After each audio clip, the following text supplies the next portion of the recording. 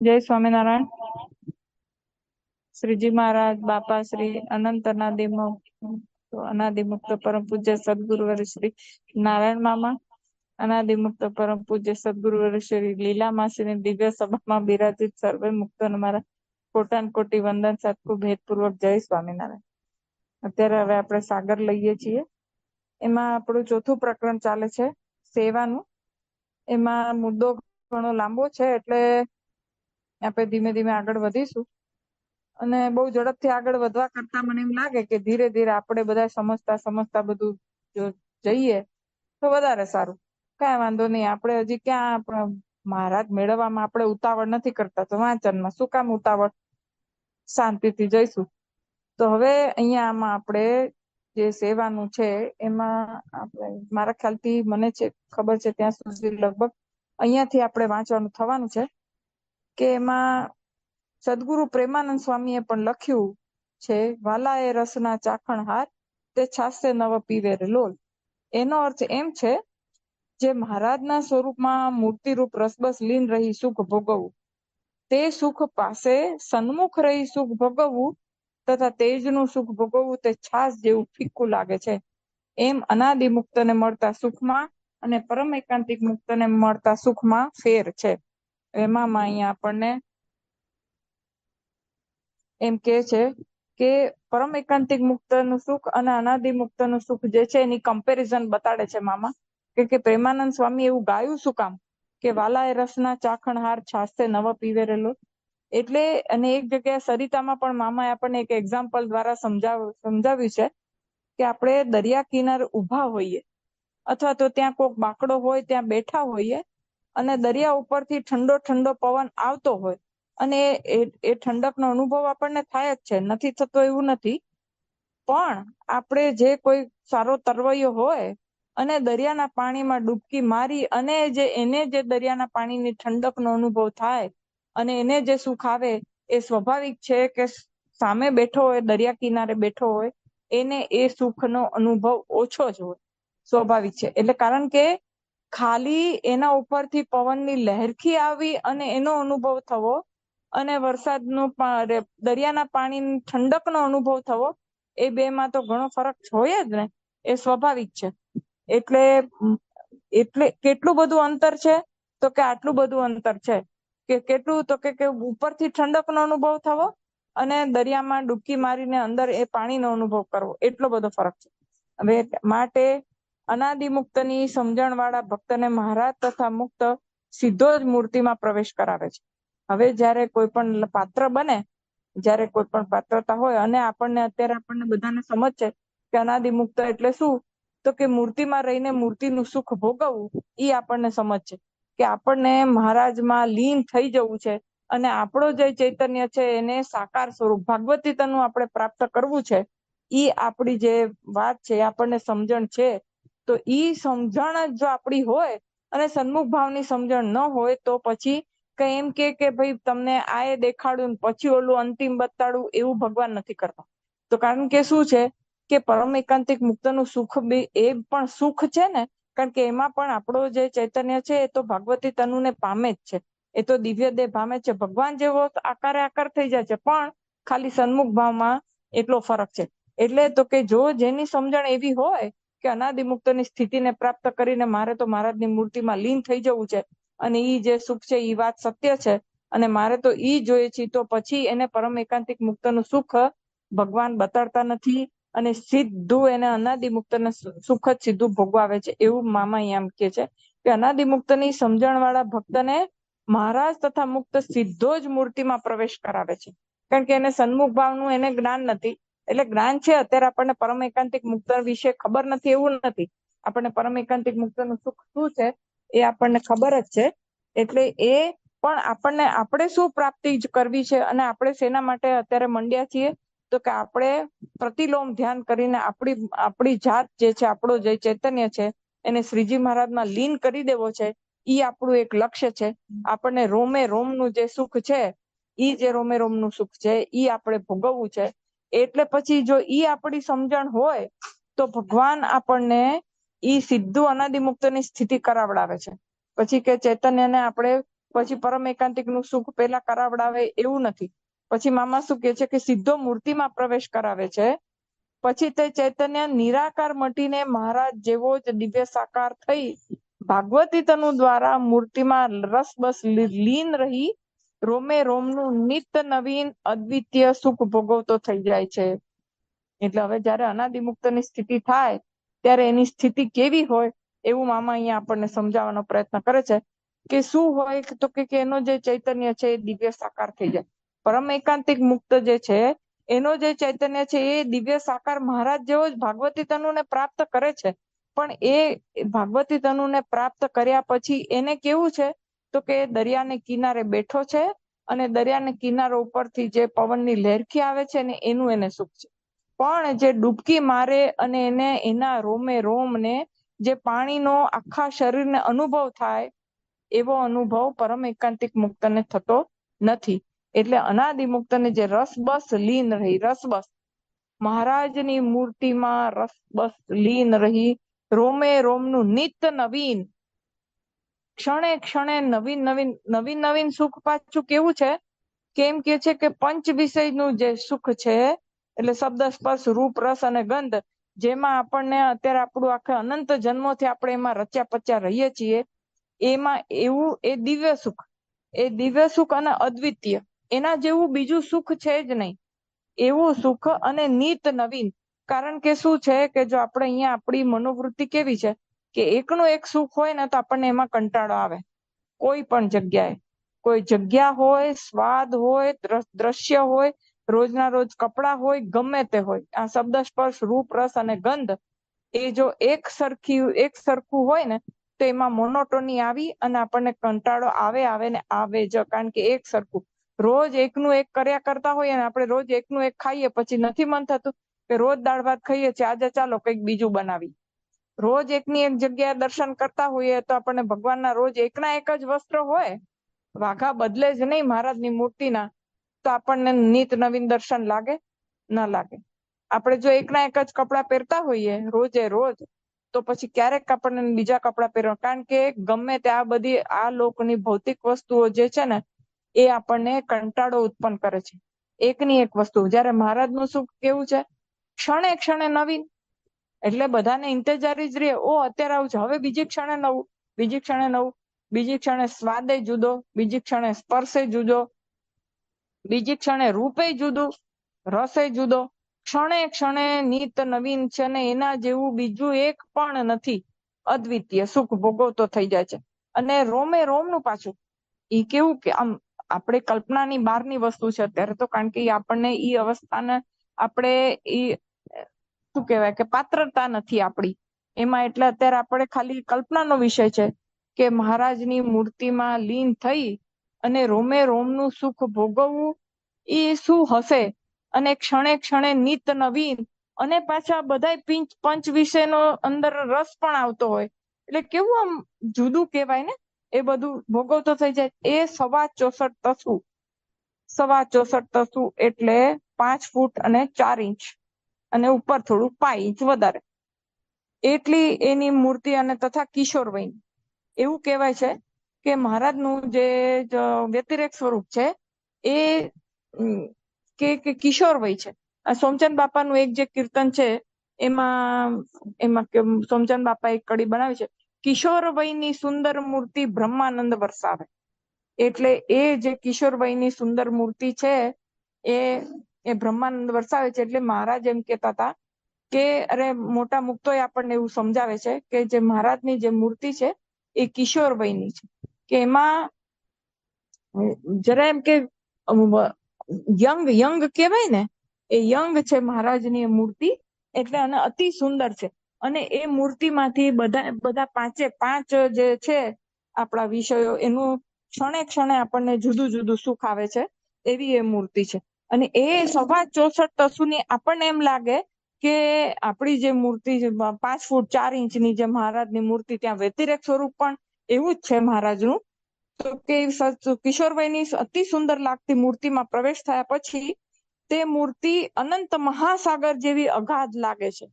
હવે આપણે આમ જોવા જઈએ તો એમ કહેવાય છે કે મહારાજની જે મૂર્તિ છે એ તેજ રૂપ છે. બરાબર.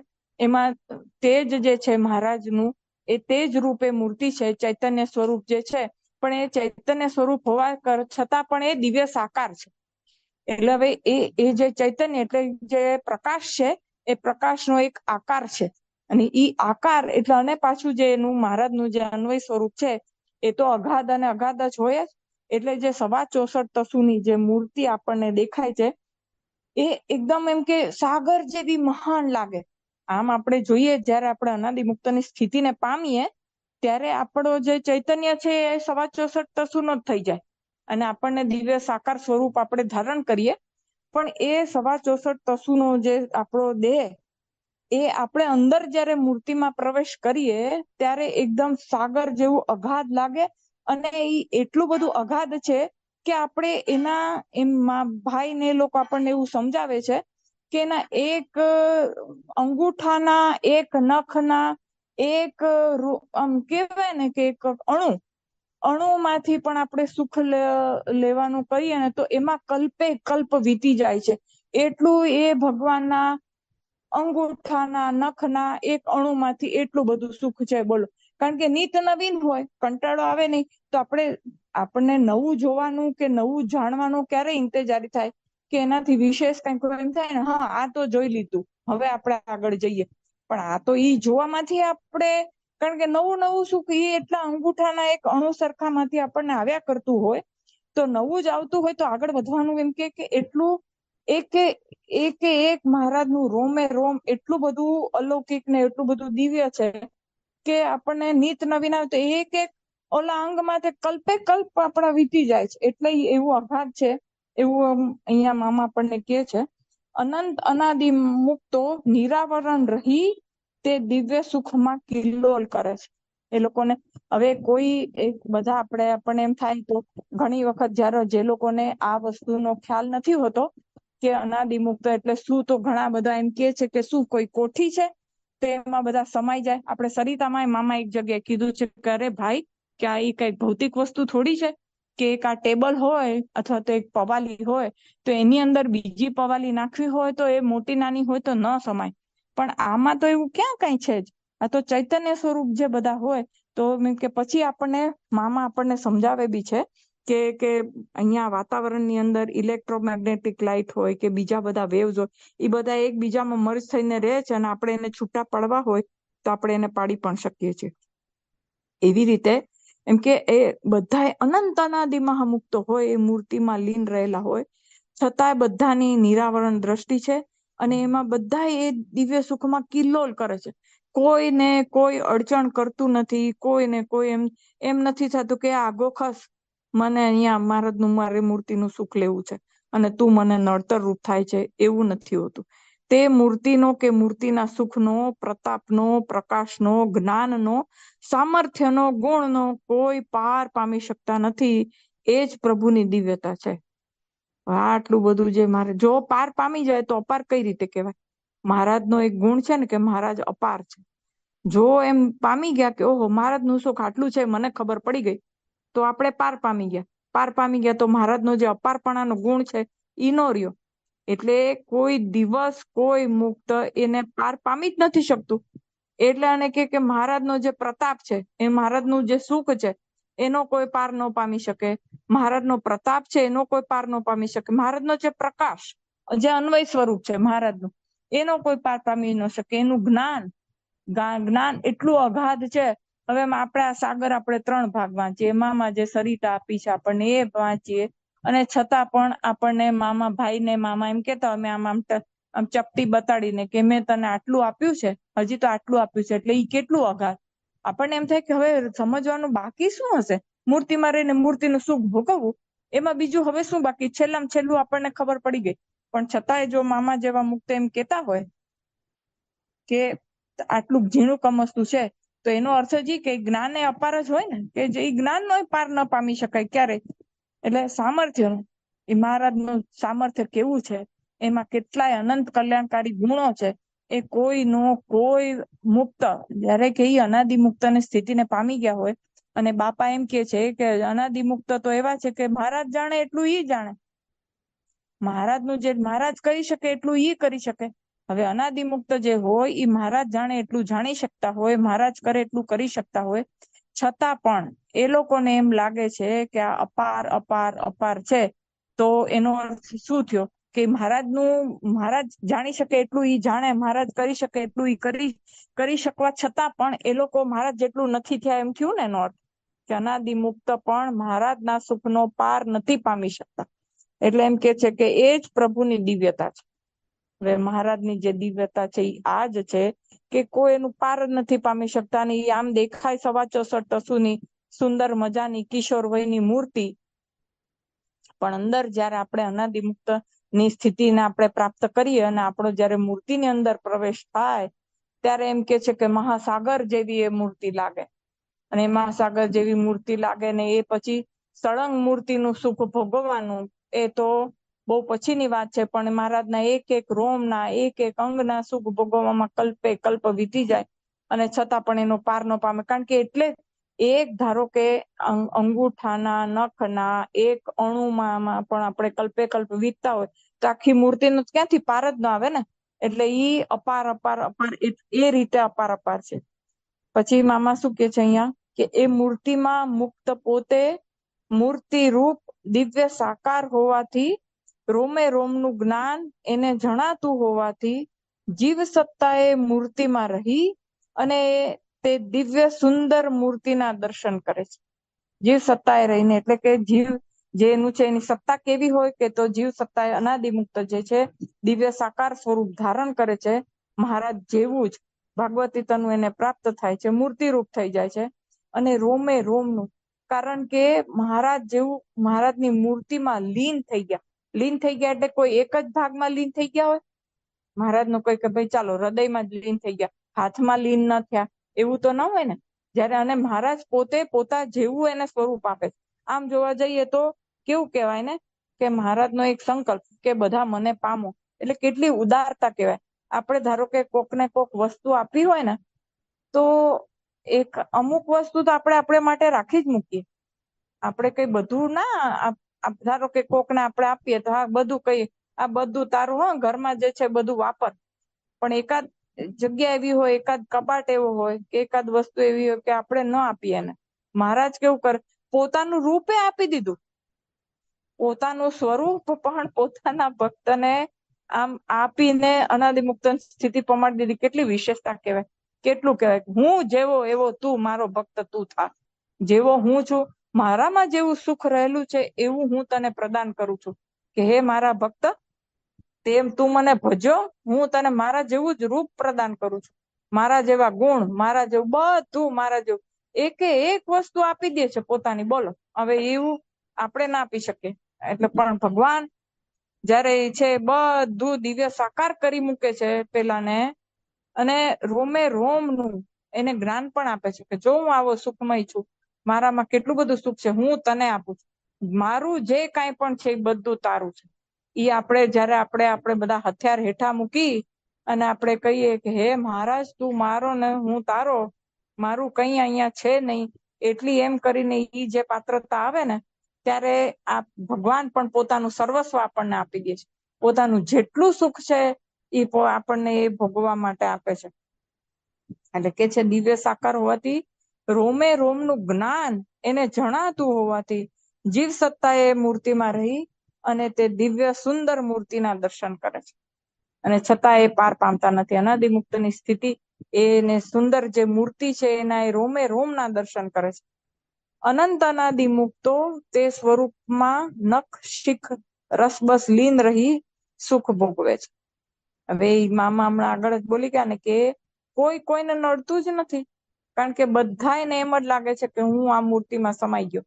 એમ અગાધ, એટલે ઈ જ મહારાજની અકળિત લીલા કહેવાય ને કે આપણે આપણું શું છે કે આપણે આ લોકમાં રહીએ છીએ ને એટલે આ જે ભૌતિક વસ્તુ હોય ને એ રીતે જ એ વસ્તુને આપણે વિચારવાનો પ્રયત્ન કરીએ છીએ. જયારે ખરેખર એમ કે છે કે ભૌતિક અને દિવ્ય વસ્તુ બે તદ્દન વિપરીત છે. દિવ્યતા જે છે એ આ ભૌતિકતાથી તદ્દન વિપરીત છે. એટલે વિપરીત વસ્તુ હોવાથી આપણે હજી એ કલ્પનાની બહાર છે. એટલે બાપા પણ આપણને કહે છે ને કે આપણે અહીંયા અમારે હવે તમને સમજાવવા હોય તો આ લોકની વાતો કરીને અમારે તમને સમજાવવા પડે છે કે ધોળામાં ધોળું દૂધ અને ગળ્યામાં ગળી સાકર. કારણ કે એનાથી વિશેષ આપણને ખબર નથી. આપણને સફેદ, આપણે કોકને એમ કે ને કપડું કેવું છે, તો કે દૂધ જેવું સફેદ છે. દૂધ થી બીજું સફેદ કયું છે એ આપણને ખબર જ નથી. કે ગળી સાકર જેવું છે. કોક આપણને ફળ ખાઈએ આપણે તો ફળ કેવું છે, તો કે ગળું સાકર જેવું છે, બહુ મીઠું મધ છે. મીઠું મધ, ગળ્યું સાકર, એનાથી વિશેષ ગળપણની આપણને ખબર નથી. એટલે હવે મહારાજને અહીંયા સમજાવવા હોય તો આપણને ભગવાન બાપા એમ કે છે કે અમને આ લોકના શબ્દ લઈને તમને સમજાવવા પડે છે, નહીતર આપણે સમજીએ જ નહીં. એટલે તો કંઈક આપણે કલ્પના કરી શકીએ કે ઓહો આવું હશે એમ. એટલે કે છે કે રસબસ લઈને શું પણ એકબીજાને આવરણ રૂપ નથી બનતા. એ આપણે જે જીવ સત્તા, એટલે આપણો જે ચૈતન્ય છે એ દિવ્ય સાકાર મહારાજના રૂપ થઈ અને મહારાજના રોમે રોમનું સુખ ભોગવે અને મૂર્તિના દર્શન કરે છે અને અનંત અનાદિ મુક્ત. હવે મામા આપણને એક જગ્યાએ એવું એક લેક્ચરમાં બોલે છે અમૃત સરિતામાં, કે જે લાઈટ હોય એની અંદર સાઉન્ડ હોય, બધા હોય, એ બધા એકબીજાની અંદર હોય પણ છતાં એકબીજાને આવરણ રૂપ થતા નથી. આપણે આ વાતાવરણમાં અત્યારે બધું હોય, અને ભાઈએ ઘણી વખત આપણને સમજાવતા હોય છે કે ટીવી ચાલુ કરવું હોય તો એની બધી ચેનલો, કેટલી બધી ચેનલ હોય, આપણે જે રિમોટ થી જે નંબર દાબીએ એ ચેનલ આપણે જોતા હોઈએ છીએ. તો એ ચેનલ પકડાય છે કેવી રીતે, તો કે વાતાવરણમાં એ ચેનલો પકડાવાના તરંગો હોય છે. આપણે જેવું રિમોટ કરીએ એ તરંગો, એના લીધે આપણને એ ટીવી, આપણે એ ચેનલ જોઈ શકીએ. જયારે કે બીબીસી ને એ બધો તો કેટલું ફોરેન ની ચેનલો કહેવાય. તો એ વાતાવરણમાં એ છે તો કે આપણે આપણી લાઈટ અને એ લોકોના જે તરંગો છે ક્યાં એકબીજાને અથડાય ને કંઈક શોર્ટ સર્કિટ જેવું થાય છે, નથી થતું. એટલા માટે જ આપણે જે અનાદિ મુક્તો છે, અનંત અનાદિ મુક્તો હોવા છતાં પણ મહારાજની મૂર્તિમાં એ લોકો રહે છે. પણ તો કોઈ એને એકબીજાને આવરણ નથી કરતા. જેમ કેટલી બધી ચેનલો છે, અત્યારે તો ટીવીમાં 200-300 ચેનલો હોય, તો એ બધી ચેનલો ક્યાં આપણે વાતાવરણમાં એકબીજાને અથડાય છે? કે આપણે એક ચેનલ ચાલુ કરવા જઈએ ને એની વચમાં બીજી ચેનલો વાગવા માંડે છે, એવું થાય છે? નથી થતું. સાથે સાથે ચેનલોની સાથે રેડિયોના કેટલા બધા હોય, એ બધું અહીંયા વાતાવરણમાં છે જ. કોક આપણી બાજુનો જ પાડોશી રેડિયો સાંભળતો તો એ કંઈક બીજું સાંભળતો હોય, અથવા તો આપણો પાડોશી કંઈક બીજી ચેનલ જોતો હોય ટીવીમાં, આપણે કંઈક બીજી ચેનલો જોતા, આપણે સમાચાર જોતા હોય તો એ કંઈક બીજું સાંભળતો હોય. તો ક્યાં કોઈને અડચણ થાય છે? નથી થતું. એવી જ રીતે આપણે અનાદિ મુક્તો જે છે એ બધા એકબીજાને આવરણ રૂપ નથી બનતા, અને પોતપોતાનું સુખ બધા પોતપોતાની રીતે દે છે. અને તેની છોડો ઉડે છે. તે મૂર્તિમાંથી દિવ્ય સુખ અને તેની તેજની છોડો ઉડે છે, અને બધા પોતપોતાની રીતે પોતાના સામર્થ્ય પ્રમાણે એ બધું સુખ લયા જ કરે છે. પરમ એકાંતિક મુક્તો છે, અનંત છે. એ મહારાજનું જે સન્મુખ ભાવનું સુખ છે એ લે છે. મારા તો એક મામા એક જગ્યાએ એવું પણ આપણને સમજાવે છે કે પરમ એકાંતિક મુક્ત અનંત છે, છતાં પણ કોઈને આગળ પાછળ જેવું નથી. કે હું છેલ્લે આવ્યો તો મારે છેક પાછળ રહીને મહારાજના દર્શન કરવા પડે છે, પેલા આગળ બધા બેઠા છે એટલે એને મહારાજના સરસ દર્શન થાય છે, એવું નથી.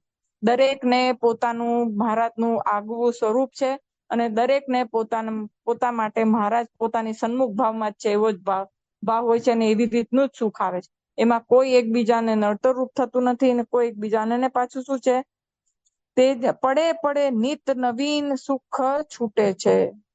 દરેક ક્ષણે નવું, દરેક ક્ષણે નવું. હવે આમ વિચાર કરીએ તો આમ આપણે જયારે જમતા હોઈએ ત્યારે ધારો કે આપણે લાડુ ખાતા હોઈએ કે કોઈ મિષ્ટાન ખાતા હોઈએ, તો એ વખતે આપણને કઈ ફરસાણનો સ્વાદ આવે છે? નથી આવતો. આપણે ધારો કે આપણે કપડાં પહેરતા હોઈએ, તો કપડાં પહેરતા હોઈએ ત્યારે કઈ ખાવાનાનો કોઈનો સ્વાદ આવે, સિવાય કે આપણે મોઢું ચાલતું હોય તો? એમ પણ અહીંયા તો કેવું છે કે બધું સુખ એક સાથે. એ કેટલી આમ વિચાર કરીએ તો આપણને એમ થાય કે આ કઈ ટાઈપનું છે, કઈ સમજાય નહીં આપણને. પંચ વિષય સુખ બધા, શબ્દ, સ્પર્શ, રૂપ, રસ અને ગંધ, બધા એક સાથે સ્પર્શનો, એ મહારાજનો આમ દિવ્ય સ્પર્શ આપણે આમ જોઈએ તો આપણે કોઈક સ્પર્શની વાત કરીએ તો કે મખમલનું કપડું હોય, પોચું પોચું કંઈક રૂ હોય, કેવો લીસો લીસો સ્પર્શ હોય તો આપણને કેવો ગમે? આપણને એમ થાય ને કે આહા બહુ સરસ છે, મજા આવી જાય છે આપણને. પણ એની સાથે સાથે કંઈક આમ રૂપનો એ આપણને આવે, સ્વાદ બી આવતો હોય, બધું એક સાથે, અને દરેક ક્ષણે નવું. એટલે આમ કઉ છું ને, કલ્પનાતીત લાગે છે આપણને કે કેવું હશે ઈ સુખ. દરેકે દરેક ક્ષણે જુદું સાથે. એટલે એ નિત નવીન છૂટે છે તે સુખો મુક્તો ભોગવે છે. અનંત પરમ એકાંતિક મુક્તો મૂર્તિને સન્મુખ રહી સમગ્ર ચૈતન્ય દ્વારા રોમે રોમ જોવાપણાની દિવ્ય દ્રષ્ટિ વૃત્તિથી બહારથી પ્રભુના સ્વરૂપમાં જોડાઈ અને સુખ ભોગવે છે. પરમ એકાંતિક મુક્તો છે એ જો આમાં આપણે મામા શું કે છે, સન્મુખ ભાવમાં રહીને ચૈતન્ય દ્વારા પોતાના જે છે એ લોકોને ભાગવતીતાનું તો મળે જ છે કે મહારાજનું જેવું રૂપ છે એવું એ લોકોને મળે છે, કારણ કે રોમે રોમ થયા વગર એ સુખની પ્રાપ્તિ એ લોકોને થતી નથી. એટલે ભાગવતીતાનું મળે છે. જોવાપણાની દિવ્ય દ્રષ્ટિ અને વૃત્તિ, મામા બે શબ્દ અહીંયા વાપરે છે. એટલે જે વૃત્તિ છે ભગવાનને જોવાની, જે વૃત્તિ, જે ભાવ, આપણે ઘણી વખત બધે આપણે ભાવની વાત કરીએ છીએ કે જે અંદર જે ભાવ રહેલો છે, એટલે એ ભાવને લીધે જે લોકોને સન્મુખ ભાવનો જે ભાવ આવી ગયો એટલા માટે તે લોકો પરમ એકાંતિક મુક્તની સ્થિતિને પામ્યા હોય ને, જ્યારે એમ કે જે અંતર જે પોતા પ્રતિલોમ થઈને ભગવાન રૂપ થઈ જવાનું હોય તો અનાદિ મુક્તની સ્થિતિને પામે. એ પામે કેવી રીતે? તો કે અનાદિ મુક્ત થવાનો આપણી અંદર એક ભાવ રહેલો છે ને, એ જે ભાવ છે એ ભાવને એવી જે વૃત્તિ છે એના લીધે જ એવી પ્રાપ્તિ થાય છે. જેવી જેની વૃત્તિ એવી એની પ્રાપ્તિ થાય. અનાદિ મુક્તની સ્થિતિની આપણને જ્ઞાન હોય ને આપણે અનાદિ મુક્તની સ્થિતિનું જો આપણને ભાન હોય તો આપણે એ સ્થિતિને પામીએ. પણ પરમ એકાંતિક જેની દ્રષ્ટિ હોય એટલે એની વૃત્તિ એવી હોય કે ભગવાન મારી સન્મુખ બેઠા છે અને હું ભગવાનનું સુખ માણું છું, તો એ જે વૃત્તિ છે એ વૃત્તિને લીધે એની એવી ગતિ થઈ જાય છે. દ્રષ્ટિમાં તો સન્મુખ ભાવે હશે હોય, પણ એમ કે એટલે મામા એમ કે છે દ્રષ્ટિ વૃત્તિથી બહારથી પ્રભુના સ્વરૂપમાં જોડાઈ અને સુખ ભોગવે છે. બધા મુક્તોને પ્રભુ સન્મુખ રહે છે. બધા પરમ એકાંતિક મુક્તોને શ્રીજી મહારાજનું અંતર સરખું જ રહે છે. કોઈને દૂર નજીક આમ તેમ ભગવાન ક્યાંય ભેદભાવ રાખતા નથી. તમારે સન્મુખ ભાવની છે તો તમારે દરેકે દરેક અનંત મુક્તો છે પરમ એકાંતિક મુક્ત, કારણ કે અનાદિ મુક્તો તો મહારાજમાં લીન થઈ જાય છે એટલે એ તો આપણને દ્રષ્ટિમાં આવે જ નહીં. એટલે મામા એક જગ્યાએ અમૃતસરિતામાં એવું બોલે છે કે જયારે આપણે ત્યાં જઈએ ને તો એમ થઈ જાય કે અરે આમાંથી ભગવાન કોણ હશે, કારણ કે અનંત અનાદિ મુક્તોને ભાગવતીતાનું મળ્યું હોય એટલે ભગવાન જેવા જોઈએ, બધા ભગવાન જેવા જ દેખાતા હોય. એટલે પણ કે એ તો ભગવાનની એવી કૃપા છે કે ભગવાન જ ઓળખાવે આપણને કે હું ભગવાન છું આમાંથી. બાકી આપણે એમ કે ચક્રાવામાં પડી જઈએ કે આમાંથી ભગવાન કોણ છે ભાઈ, તો બધા મુક્તો છે ને ભગવાન કોણ છે, કારણ કે સાધર્મે પણ એવું ને એવું જ હોય. એટલે બધા કે મને જે છે બધા મુક્તોને પ્રભુ સન્મુખ, કોઈને દૂર નજીક ત્યાં કઈ ભેદભાવ જ નથી. હવે આમ જોવા જાય તો આપણે શું કહીએ છીએ, મુક્ત ને શું થાય કે મુક્ત એટલે સિદ્ધ મુક્ત થઈ જાય, અને મુક્ત એટલે શું, બધાથી જે છૂટી ગયા, બરાબર, એ બધા ત્યાં આપણે કહે ને કે મુક્ત થઈ જાય, જવાબદારીમાંથી મુક્ત થઈ જાય, આમાંથી મુક્ત થઈ જાય. મુક્તનો અર્થ શું થાય, એટલે મુક્ત એટલે શું, એ બધામાંથી છૂટી ગયા. અને ઓલો મુક્ત પણ હોય ને કે બધામાંથી છૂટી જાય, બધાને છોડી દે તો ભગવાન મળે. એટલે મુક્ત શબ્દનો એ રીતનો પણ અર્થ આપણે કરી શકીએ ને, પરમ એકાંતિક મુક્ત, અનાદિ મુક્ત. એ મુક્ત અહીંયા બધું છોડીને ગયા ત્યારે એ મુક્ત સંજ્ઞાને પામ્યા. એટલે ભગવાન ત્યાં જરાય પાર્શિયાલિટી કરતા નથી કે આપણને કઈક એમ થાય કે ત્યાં શું કે છે, તો ત્યાં તો કે મુક્ત જ સંજ્ઞા છે, કઈ નામ જ નથી, બધાને સરખું. તમે બધા અનાદિ મુક્ત, તમે બધા પરમ એકાંતિક મુક્ત. નહીતર વળી કોકને એમ થાય કે ઓ ગોપાળાનંદ સ્વામી, ઓ બ્રહ્માનંદ સ્વામી, ના, ત્યાં કોઈ નામ જ નથી. નામ તો એ લોકો અહીંયા પૃથ્વી પર આવે ત્યારે ધારણ કરે છે. એટલે ભગવાન કે છે ને જરાય પક્ષપાત કરતા જ નથી. ત્યાં બધાનું એક જ નામ, શું નામ, તો કે મુક્ત. બધાય મુક્ત, કોઈ જુદું નહીં, કોઈ નહીં, બધાને હું એક સરખું સુખ આપીશ, તમે બધા મુક્ત. એટલે પછી જયારે કોક વાર ભગવાનને ઈચ્છા થાય તો જે નવા નવા આવ્યા હોય એને ઓળખાણ પડાવે કે જો આ બ્રહ્માનંદ સ્વામી ના ગોપાળાનંદ સ્વામી એમ. પણ તો ત્યારે ઓલાને આમ જરાક ભાન થાય જે નવા આદર અનાદિ મુક્ત થયા હોય. બાકી તો બધા અનાદિ મુક્ત સંજ્ઞા, મુક્ત સંજ્ઞા. સન્મુખ ભાવ વાળાને કઈ સંજ્ઞા, તો કે પરમ એકાંતિક મુક્તની સંજ્ઞા. બધાને એક સરખું સુખ, એક સરખું સન્મુખ ભાવ, કોઈને દૂર નહીં નજીક નહીં. જો થોડુંક પણ આમ તેમ કરે તો ભગવાન તો પાર્સલ કહેવાય ને કે પક્ષપાતી કહેવાય. ભગવાન ન્યાયી છે, કોઈને પક્ષપાત કરતા નથી. જે સ્થિતિને પામે એને સરખું જ આપે છે. જે પરમ એકાંતિક છે એ દરેકે દરેક પરમ એકાંતિક ને સન્મુખ ભાવના એક સરખા દર્શન, કે તું નજીક ને તું મારો વધારે વાલો ને તું દૂર ને તું એવું ને. ત્યાં એમ કે છે કે બધાને સન્મુખ ભાવનું સરખું, બધા પરમ એકાંતિક મુક્તોને શ્રીજી મહારાજનું અંતર સરખું જ રહે છે. એટલે એમ કે બધાને એમ જ લાગે છે કે મહારાજ મારી સામે જ ઉભા છે અને હું મહારાજનું ચિંતન કરું છું ને મહારાજનું સુખ ભોગવું છું. મહારાજ મારી, અને જે અનાદિ મુક્તની સ્થિતિને પામે છે એને એમ જ થાય છે કે હું મહારાજનું રોમે રોમનું સુખ ભોગવું છું અને હું મહારાજની અંદર છું. એટલે કોઈ આમ બધાને માટે બધાને ભગવાન અલગ કે ભગવાન સરખું, તો અર્થાત પરભાવમાં તે સ્થિતિમાં દૂર જેવું નજીક એવું અંતર નથી. એટલે મહારાજ એમ કે છે, મામા અહીંયા એમ કે છે, ત્યાં પરભાવમાં આપણે અહીંયા બાજુમાં બેઠા હોઈએ તો એ કારણ કે આપણો આ દેહ ભૌતિક છે એટલે આપણને એ જગ્યા રોકે છે. મામા તો એક સરિતામાં એક જગ્યા એમ પણ કીધું છે ને કે મહારાજના જે આપણને કંઠી ને એવું જે બધું છે ઈ એના અંગને રોકતું નથી. ઈ કેવું દિવ્ય હશે, એટલે વસ્ત્રો પણ દિવ્ય. વસ્ત્રો મહારાજે પહેરેલા છે પણ ઈ વસ્ત્રો ભગવાનના અંગને ઢાંકતા નથી. વસ્ત્રવિહીન વસ્ત્રો એમ, એટલે એવું એવો કઈક શબ્દ મામાએ વાપર્યો છે કે ધારો કે કંઠી પહેરી હોય મહારાજે કે જનોય પહેરી હોય, એટલે ત્યાં તો એવું કઈ છે નહીં, એવું કઈ દિવ્યમાં કંઠી જનોય જેવું કઈ હોય નહીં, પણ કંઠી ને એવું આપણને એવો ભાવ હોય ને આપણને એવા દર્શન થાય તો એ કંઠી આપણે જો અહીંયા કંઠી પહેરી હોય તો કંઠીની નીચેની જગ્યા આપણને ન દેખાય, ખાલી કંઠી જ દેખાય. પણ ત્યાં એવું નથી, એ વસ્ત્ર વિહીનતા એ નથી અને વસ્ત્રો જેવું કઈ નથી. એટલે કે આમ ભગવાને કપડા પહેર્યા નથી એવું નથી લાગતું, છતાંય કપડા પહેરેલા હોય છતાં એ ભગવાનનું અંગને રોકે નહીં. એ કેવા દિવ્ય વસ્ત્રો હશે તો અનુભવે ખબર પડે. મામા જેવા મુક્તોને જોઈને બોલતા હોય એટલે. બાકી એમ કે નજીક અંતર જેવું કઈ છે નહીં ને પરમ એકાંતિક મુક્ત અને પરભાવમાં તો પોતે પૂર્ણ જ છે એવો ભાવ રહે છે.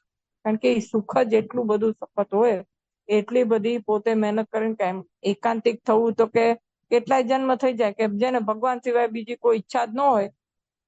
એટલે શું કે એકાંતિક એટલે એ ભગવાનનું સુખ મેળવવા માટે એ ચૈતન્ય હવે પૂરો પાત્ર થઈ ગયો છે, એકદમ રેડી છે કે હવે ભગવાન એને સુખ આપે તો એ ઝીલવા માટે તૈયાર છે.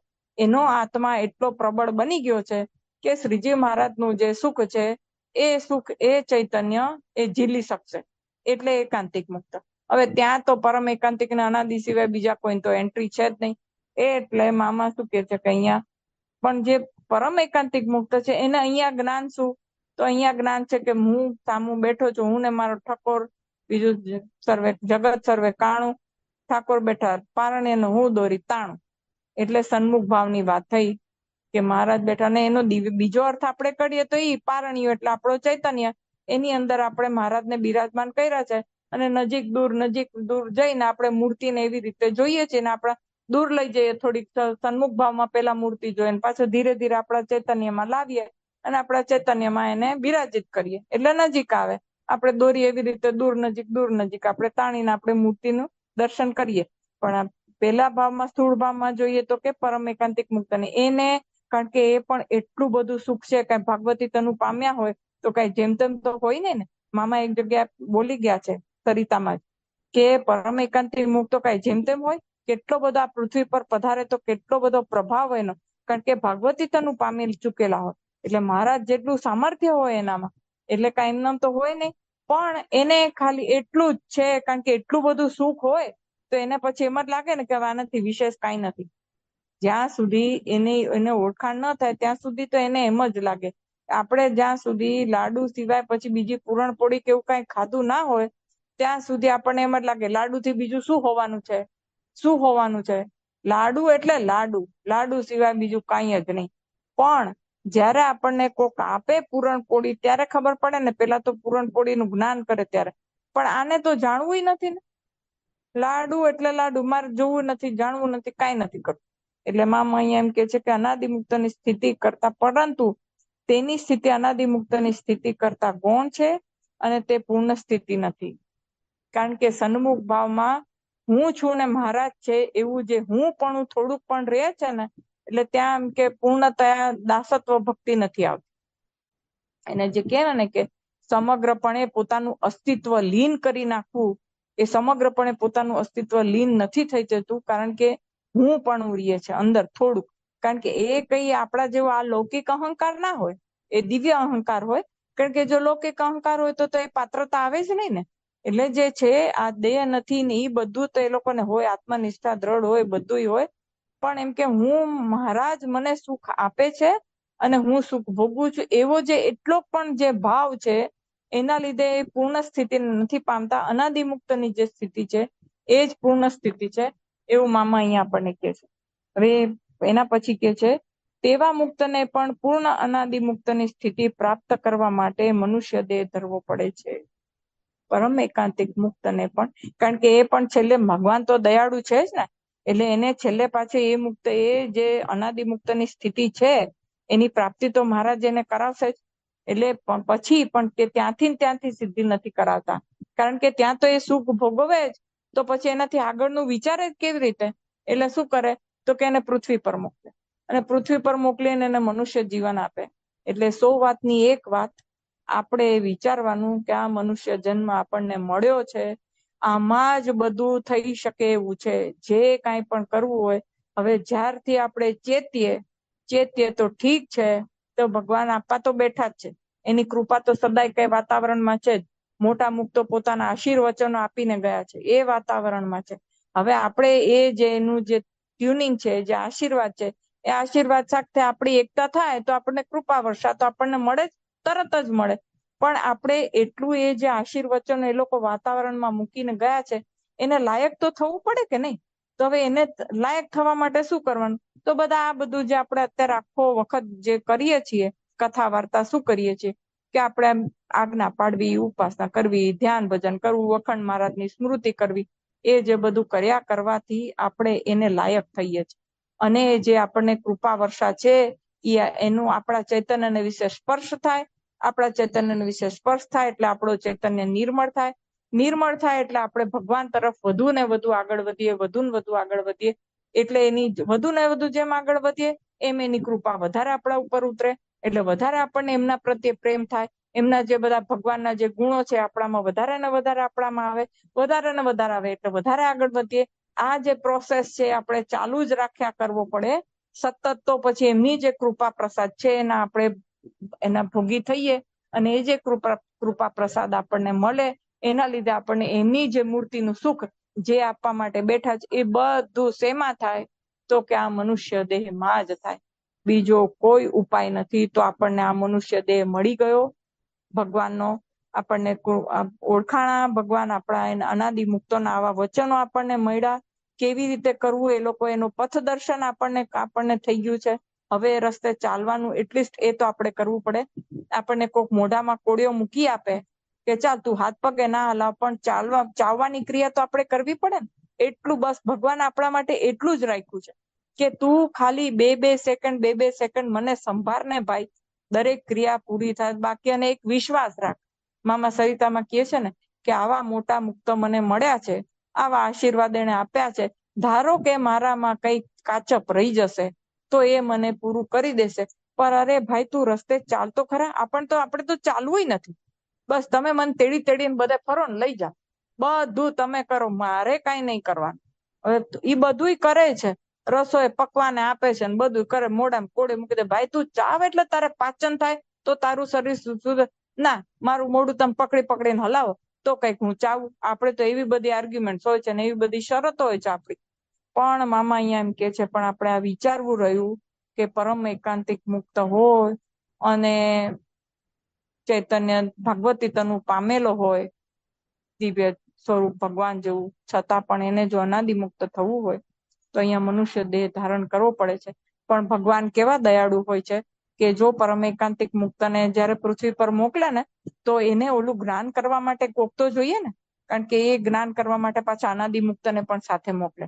હવે અનાદિ મુક્ત જે છે પરમ એકાંતિક મુક્તને જે કરવાનું એ તો કરે જ, પણ સાથે સાથે કેટલાય ચૈતન્યના પેલા કર્મો ઘસી નાખે, કાપી નાખે, ક્રિયામણ ને સંચિત કર્મ તો ભૂસી નાખે, કેટલાય ચૈતન્યનું ઉર્ધ્વીકરણ કરી નાખે. એવા દયાળુ છે, કારણ કે એને બીજું કઈક આ પૃથ્વી પર એને આવીને કરવાનું શું? અનાદિ મુક્ત હોય તો પૂર્ણ કામ હોય, બધા કામમાંથી પૂર્ણ થઈ ગયેલા હોય. સાધના એ કરવાની જ ન હોય તો ભાગવતી તનું પામીને રોમે રોમનું સુખ ભોગવતા હોય. અને મહારાજે એનો એક અહીંયા સંકલ્પ મોકલ્યો હોય તો અહીંયા કરે શું બીજું? તો કે બસ કૃપા જ વાપરે. બધા મામા જેવા મુક્ત હોય ને બધા ચૈતન્યનું ઉર્ધ્વીકરણ સંકલ્પ માત્રમાં કરે, વાયરે અડે કરે, એના દર્શન માત્ર કરે. આવું બધું કેટલાય કામો કર્યા જ કરતા હોય. અને એનું મેઇન કામ શું હોય તો કે જે પરમ એકાંતિક મુક્ત જે હોય એને મહારાજ અહીંયા મૂક્યા હોય, એને સંભાળી લે અને એને અનાદિ મુક્તની સ્થિતિનું જ્ઞાન કરે. અને ઓલા તો શું હોય, ભાગવતી તનું તો પામેલા હોય, આમ ચપટીમાં થઈ જાય, ક્ષણ માત્રમાં એમાં એને વાર નથી લાગતી. એટલે એ જે કરે છે એ ભગવાન એને મૂકે છે. એટલે આપણે આપણા ભાગ્ય સમજવાના કે આપણને ભગવાન અહીંયા મોકલ્યા છે અને આ મનુષ્ય દેહ મળ્યો છે. આ જ્ઞાનમાં આપણને જીવમાંથી હા પડે છે કે હા ભાઈ આવું કંઈક હોઈ શકે અને આવું જ્ઞાન છે. તો હવે આપણું કર્તવ્ય જે છે તો કે શું કે ભગવાનની પ્રભુ પ્રસન્નતાના સાધનો કરવાના કરવાના કરવાના. હવે એમાંથી આ 24 કલાકમાંથી આપણે કેવી રીતે, ભગવાન તો કેટલા દયાળુ, મામાને બધા કેવું કે છે 5 મિનિટથી ધ્યાનની શરૂઆત કરો. હવે 5 મિનિટ જો આપણે આપણા ચૈતન્યના ઉર્ધ્વીકરણ માટે ન કાઢી શકીએ તો પછી તો આ જન્મ એળે ગયો એવું કહેવાય ને. કે 5 મિનિટથી શરૂઆત કરો, ધીરે ધીરે કરો, રોજ આટલું આમ સંત સમાગમ કરો.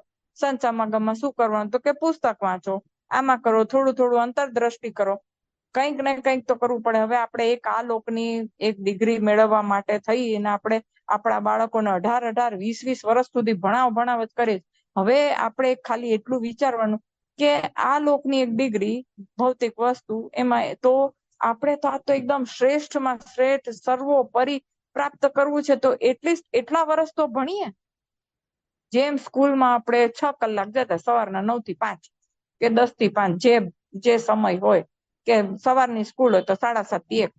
ચાલો આપણે એવી રીતે હવે આપણે શરૂઆત કરીએ, અભ્યાસ કરીએ કે મારે 20 વર્ષ સુધી આવી રીતે અભ્યાસ કરો તો જો પ્રાપ્તિ થાય છે કે નહીં. પછી વચ્ચે વચ્ચે આપણી ટેસ્ટ લેવાના. આજે મારી વીકલી ટેસ્ટ છે. મેં જે ધ્યાન કર્યું છે મને મહારાજની મૂર્તિ દેખાય છે કે નહીં. રોજે રોજ ફેલ જ થઈએ. આપણા છોકરાને આપણે વઢી જ ન શકીએ કે ભણવામાં ધ્યાન નથી રાખતા. આપણે આપણું કરતા નહીં ક્યાંથી મેળ પડે. આપણે ધ્યાન કરવા બેસીએ અને આપણી પરીક્ષા લેવી જોઈએ. આપણે હવે જેટલું ભણ્યા એટલું આધ્યાત્મિકતા તો ભણવું, એનાથી ઘણું અનંત ગણું વધારે ભણવું પડે. પણ ચાલો એટલું તો બાપા તો એમ કે છે કે જો તમે પ્રસન્નતાના સાધન 6 મહિના પૂરા નહીં થવા દઈએ આપણે તો પછી હવે આપણી ફરજ બને છે ને કે પછી હાવ જ પેલું આપણે નાદર થઈને મોટાની કૃપા તો એ તો પછી કરશે, કઈ નહીં કરે એવું નથી. પણ હવે આપણું કર્તવ્ય છે તો આપણે કરીએ. એટલે એ રીતે હવે આપણે થોડુંક બધા આપણે મંડી પડીએ. 4.5 મહિનામાં આપણે થોડું ધ્યાન આપણી અંતર્વૃત્તિ કરીએ, મૂર્તિ પાકી કરવાનો પ્રયત્ન કરીએ. આ બધી કથા વાર્તા તો આપણે દર વખતે ચાલે કરે. મામા તો એક વખત અમૃત ચરિતામાં એમ કીધું છે કે આ 4.5 મહિના કથા બંધ રાખીએ તો હું એક મારું સજેશન છે. આપણે આ બંધ રાખીને બધા ધ્યાન ભજન કરવું, મૂર્તિ રાખવી અને પછી 4.5 મહિના પછી બધા પોતપોતાના અનુભવો કેવા કે મને શું થયું, મૂર્તિ પાકી થઈ કે નહીં એવું. આ તો એટલે ઓપિનિયન બધા લખો કે બધા પોત આ હવે જો આપણે શું કરીએ, ધારો કે અત્યારે તો એક વાત છે કે ગુરુવારની સભા, 11ની સભા આપણે બધા બેસીએ છીએ કે નહીં 2 કલાક સુધી. તો રોજે રોજ નહીં, દર ગુરુવારે દર 11 2 કલાક અત્યારે જે બેસે છે એ સમય ધ્યાન ભજનમાં કાઢીએ તો મહારાજની મૂર્તિ પાકી કરવામાં. કારણ કે અલ્ટિમેટલી આ બધું કરીને કરવાનું છે શું, આપણે આ બધું હું શું કામ બોલું છું કે મને બળ મળે કે આ બધું આટલું બધું છે તો ભગવાનની મૂર્તિ આપણે ધ્યાન ભજન કરીએ અને ભગવાનની મૂર્તિ પાકી કરી. કંઈક જો થતું હોય તો એ વધુ ઉચિત કહેવાય અને સારું કહેવાય. તો આપણું આ બધું બોલેલું ને કરેલું લેખે લાગે. બાકી બધું તો હવે ઠીક છે, આવું બધું તો બધા બોલતા હોય અને બધા કરતા જ હોય. બાકી આ મામાએ જે આપણા માટે આટલી બધી મહેનત કરીને જે બધું કર્યું છે એવું જો કંઈક કરીએ તો સારું એવું મને લાગે છે. બાકી જો કંઈક વધારે કોઈને બોલાઈ ગયું અને સૂચન એવું લાગે, ના ગમે એવું હોય તો બધા માફ કરજો.